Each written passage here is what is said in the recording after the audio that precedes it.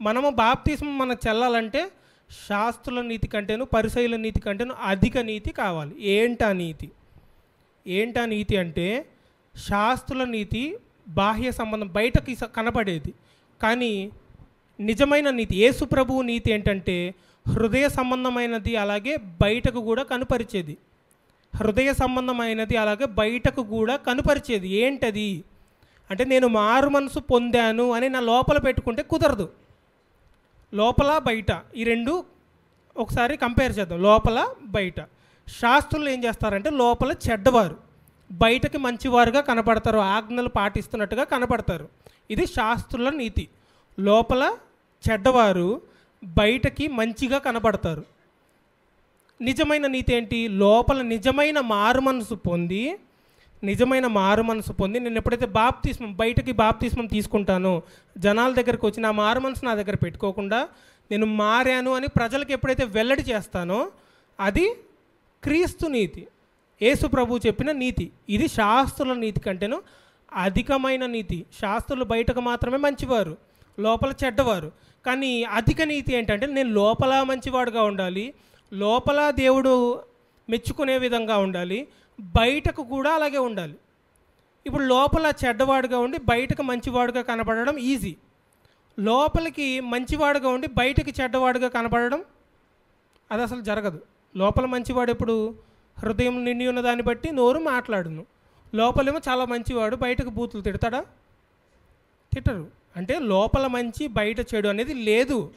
అంటే నేను మారు మనసు పొందాలి, బాప్తిస్మం కూడా తీసుకోవాలి. అప్పుడు పరలోక రాజ్యంలో నేను ప్రవేశిస్తాను. అంటే ఈ లోక రాజ్యంలో, ఈ లోక విధంగా దేవుడు పరిపాలిస్తున్న ఇక్కడ ఉంటే తర్వాత మనం పరలోకానికి అక్కడికి వెళ్తాం, ఆ పరలోక రాజ్యానికి వెళ్తాము. ఇప్పుడు దేవుడు రాజ్యం చేస్తున్న పరలోక రాజ్యం గురించి నేను మాట్లాడుతున్నాను. లోపల మంచి బయటకు చెడు అనేది జరగదు. అంటే నేను మారు మనసు పొందాను అని చెప్పి ఒకవేళ నేను బాప్తిస్మం పొందుకోకపోతే అది చెల్లదు. నేను క్రైస్తవుణ్ణి అనబడను. ఒకవేళ తెలియకో పరిస్థితులను బట్టి కొందరు తీసుకోకపోతే తర్వాత విషయం. కొందరు తెలియకుండా ఒకవేళ తీసుకోకపోతే అది దాని గురించి నేను మాట్లాడట్లేదు. కానీ ఒకవేళ నేను మారు మనసు పొందాను అని లోపల అనుకుంటూ బయటకి అందరి ముందు డిక్లేర్ చేయకపోతే అది కరెక్ట్ కాదు. అంటే నేను వివాహం చేసుకున్నానని చెప్పేసి పబ్లిక్లోకి వచ్చి నేను అందరి సాక్షుల ముందు నేను వివాహం చేసుకోకపోతే అది ఎంత అక్రమంగా ఉంటుందో ఇది కూడా అంతే అక్రమం. అంటే నిజమైన క్రైస్తవులు అంటే బయటకు వచ్చి మన విశ్వాసాన్ని వెల్లడిపరుస్తారు, బయటకు వచ్చిన నిబంధనను వెల్లడిపరుస్తాను. లేకపోతే ఎలా తెలుస్తుంది? నేను క్రైస్తవుడిని అన్నాను అనుకోండి, ఇప్పుడు నేనేమైనా తప్పు చేస్తే నా చుట్టుపక్కల వాళ్ళు వచ్చి ప్రశ్నిస్తారు. నేను క్రైస్తవుని నన్ను బయటకు వచ్చి చెప్పలేదనుకోండి, ఎవరు నన్ను ప్రశ్నిస్తారు? నేను చెడ్డవాడిగానే బ్రతుకుతూ వెళ్ళిపోతాను. ఎవరు నన్ను ప్రశ్నించలేరు. ప్రశ్నించడానికి సాక్ష్యం ఉండదు. పెళ్ళిలో ఫోటో తీసుకొని ఒకరితో ఫోటో తీసుకొని వేరే వాళ్ళు తెచ్చుకొని ఇంట్లో బ్రతుకుతున్నాడు అనుకోని, అప్పుడు ఏమంటాం?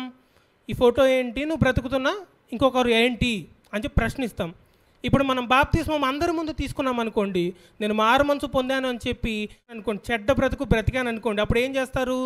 వేరే వాళ్ళు వచ్చి ప్రశ్నిస్తారు. అప్పుడు నాకు భయం ఉంటుంది. అంటే అందరి ముందు నా విశ్వాసాన్ని వెల్లడిపరచాలి. అదే బాప్తిస్మంలో మ్యాజిక్ ఏం లేదు. నేను మారాను అని చెప్పి అందరికీ చెప్పడమే బాప్తిస్మం. ఆ బాప్తిస్మం ద్వారా నేను మారు మనసు పొందాను అని బాప్తిస్మం తీసుకుంటాను. ఇది జరుగుతుంది. తర్వాత ఇది వివాహము. ఆ వివాహం ఎలాగో ఈ బాప్తిస్మం అలాగే రెండింటికి లింక్ చేస్తూ చెప్పుకొచ్చాను ఇక్కడ దాకా. కాబట్టి నేను లోపల మారాలి, బయట కూడా నా విశ్వాసాన్ని వెల్లడిపరచాలి. నిజమైన బాప్తిస్మము, ఆ బాప్తిస్మమే చెల్లుతుంది. కాబట్టి వివాహం చేసుకునేటప్పుడు నేను నిబంధన చేస్తాను ప్రజలందరి ముందు, ప్రజలందరి సాక్షిగా, దేవుని సాక్షిగా నేను నిబంధన చేస్తాను. అది నిజమైన వివాహం అవుతుంది. అందరి ముందు, దేవుని ముందు నా విశ్వాసాన్ని వెల్లడిపరుస్తాను. ప్రభువా నేను మారాను, నన్ను ఇంకా నువ్వే నా రక్షకుడివి అని చెప్పి నా అంతరంగంలో అలాగే అందరి ముందు నేను వెల్లడిపరిచేదే బాప్తిస్మము. ఇది నిజమైన వివాహం అయితే ఇది నిజమైన బాప్తిస్మము.